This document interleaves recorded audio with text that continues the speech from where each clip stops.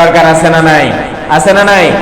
রাসূলুল্লাহ আমাদেরকে শিখিয়ে গেছেন কিভাবে আমাদেরকে চলতে হবে। আমাদের সামনে আসছে কুরবানি, আর কয়দিন আছে? 8 দিন। আর 8 দিনের মাথায় কুরবানি। আগামী 7 তারিখ বাংলাদেশে পবিত্র ঈদুল আজহা অনুষ্ঠিত হবে। বাংলাদেশের বহু মানুষ সেখানে কুরবানিতে অংশগ্রহণ করবে। কিন্তু বলেন তো, আল্লাহ তাআলা কি কুরবানির কার পশু বড় আর কার পশু ছোট এটা দেখবে? বলেন, এটা দেখবে? কারটা দামি আর কারটা কম দামি এটা দেখবে? আল্লাহ এটা দেখবে না।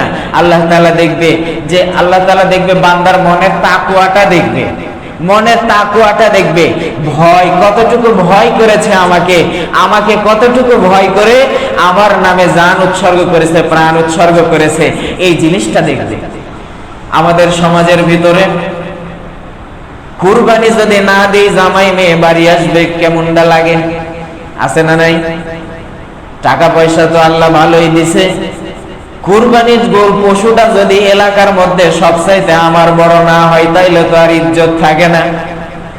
বহু মানুষ সমাজের মধ্যে দেখলাম, বহু অগণিত মানুষ দেখলাম, লক্ষ লক্ষ টাকা মাথার উপরে ঋণের বোঝা, কিন্তু কুরবানি না দিলে আর মনের মধ্যে শান্তি লাগে না। এইরকম মুসলমান আছে না নাই? আছে। মাথার মধ্যে অনেক ঋণ, কিন্তু কুরবানি তারপরেও দেয়, ঋণ পরিশোধ করে না। বলেন তো, কুরবানি দেওয়া ফরজ না ওয়াজিব? বলেন, কুরবানি দেওয়া ফরজ না ওয়াজিব? কুরবানি দেওয়া হলো ওয়াজিব, একটা ইবাদত, কিন্তু ঋণ পরিশোধ করা নফল না ফরজ? কোনটা? নফল না ফরজ? বহু মানুষ আছে প্রয়োজনে সুদে টাকা নিয়ে, ব্যাংক থেকে ঋণ নিয়ে পর্যন্ত কুরবানির ভাগ দেয়। দেওয়াই লাগবে ভাগ, না দিলে তো আর আমার ইজ্জত থাকে না। ব্যাপার কি?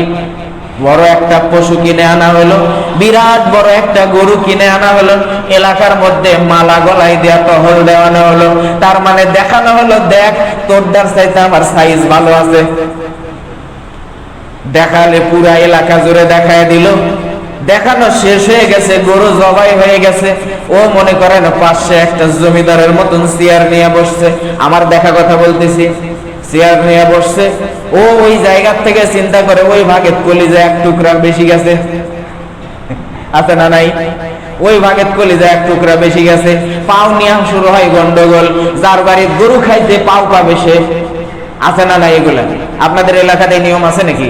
আমার গ্রামে আছে, যার বাড়ির গরু খাইছে ওই পাবে ঠ্যাং। আরেকজনে কয় না, আমার বাড়িতে তো 2 দিন খাচ্ছে, তাইলে কি? একটা গরুর পাও হলো 4টা, কিন্তু ভাগ হলো 7টা, লিবে কে? কঠিন গন্ডগোল যখন শেষ, কুরবানির ভাগ বাটোয়ারার আগে পুরা মাংস এক জায়গায় ঠিকই দিয়ে রাখছে। রাখার পরে বলতেছে ওজন দে। ওজন দেয়া হলো, দে এত হয়েছে ওজন।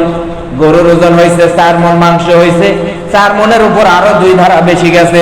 ওই মাতব্বর জমিদারের মতো চেয়ারে বসে থেকে একবারে মোবাইল পকেট থেকে বার করে ক্যালকুলেটারে একটা হিসাব টানে, বাজারে কেজি 700, আমার হচ্ছে 3.5 মণ। কত করে পড়লো? গত বছর আমি সাইড থেকে দেখলাম, একজনের গত বছরের মাংস 650 টাকা কেজি, ওর আসছে 680। ক্যালকুলেটর টিপে আসছে 680। ওই তখন ওই জায়গায় বসে আছে, আমি সাইডে দাঁড়িয়ে আছি, এইরকম করছে, ইস, মানে একটুর জন্য ফসকে গেছে। বলেন, কুরবানি ওই আল্লাহর জন্য দিল না নিজের জন্য দিল? বলেন, কথা বলেন না কেন? আল্লাহর জন্য না নিজের জন্য দিছে? আল্লাহকে খুশি করার জন্য কুরবানি ও দেয় নাই, ও নিজেকে খুশি করার জন্য কুরবানি দিছে। কুরবানির মনে করেন হয়ে গেল পুরাপুরি। মাংস নিয়ে আসলো, বাড়িতে নিয়ে আসে বিক্রি করছে, সব পলিথিনে ঢুকায়, ফ্রিজের মধ্যে ঢুকা। আর এর মধ্যে তো গরিবের হক আছে।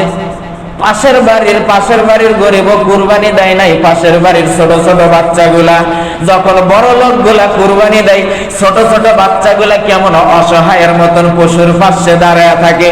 আহারে তুমি যখন কুরবানির গরুর মাংস দিয়া ভাত খেয়ে যখন বাইরে গিয়া বারান্দায় গিয়া অথবা বাইরে খলার মধ্যে গিয়া আম গাছ তলায় বসে জাম গাছ তলায় বসে খিলাল নিয়ে যখন দাঁত খিলাল করো, পাশের বাড়ির ছোট্ট বাচ্চাটা কেমন অসহায়ের মতো ফেল ফেল করে তোমার দিকে তাকায়া থাকে। তুমি কুরবানি দেওয়ার পরেও তোমার ভিতরে লজ্জা জিনিসটা যদি না আসে, তোমার ওই কুরবানি আল্লাহ কোশ্চেন কালেও কবুল করবে না। কথা বলেন ঠিক কিনা? তাহলে 1 নাম্বার শিক্ষা কুরবানির, লজ্জাকে কুরবানি দিতে হবে। কাকে কুরবানি দিতে হবে? লজ্জাকে কুরবানি দিতে হবে। 1 নাম্বার, ওই লজ্জা চক্ষু যদি আপনার ভিতরে না থাকে, আপনি কুরবানির থেকে আপনি শিক্ষা পেলেন না, আপনার শিক্ষা হলো না। এরপরে দেখেন ফ্রিজের মধ্যে পুরাপুরি রেখে দিছে, হঠাৎ করে আল্লাহর কি কাম, ওই দিনে রাত্রেবেলা এমন তাকের ঝড় হইছে। এই যে এবারে কয়েকদিন আগে খবরে দিয়ে দিছে আসতেছে প্রচন্ড বৃষ্টি বলয় ঝুমুল, দেখছেন খবরে? বৃষ্টি বলয় ঝুমুল সারা বাংলাদেশের 100% জায়গায় একইভাবে সমানভাবে বৃষ্টি প্রবাহিত হবে, বৃষ্টি পড়বে। সবচাইতে বেশি আক্রান্ত হবে রাজশাহী বিভাগ। খবরে দেখলাম আরো কয়েকটা বিভাগের কথা বলছে, সবচাইতে বেশি আক্রান্ত হবে। এমন ভাবে দেখেন দেখা গেল ঝড় শুরু হয়ে গেল, আল্লাহ না করুন ওই রাত্রে বেলায় কয়েকটা ট্রান্সমিটার শেষ, কয়েকটা বিদ্যুতের তার শেষ।